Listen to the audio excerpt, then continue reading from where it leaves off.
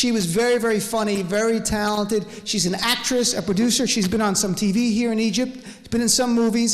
So how about I need you guys to give her a big, supportive welcome to Ola Rushdie.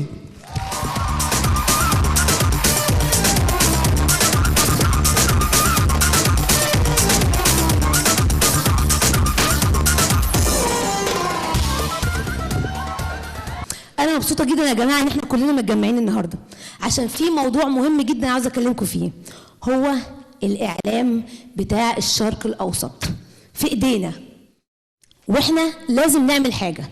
يعني عملوا هوليوود وعملوا بوليوود وإحنا قاعدين مش عاملين حاجة، ما ينفعش.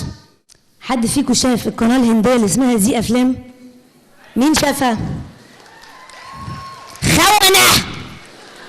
خونة ازاي؟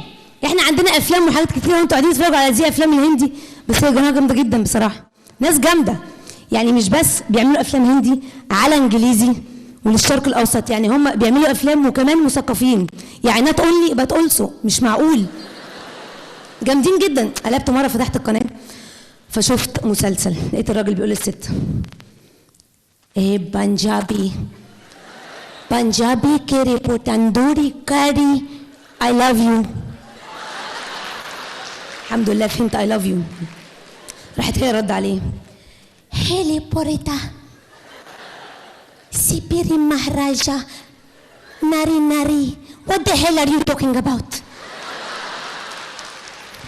وطبعا في ترجمة فورية تحت سكلتك أمك يا أبي حنيفة.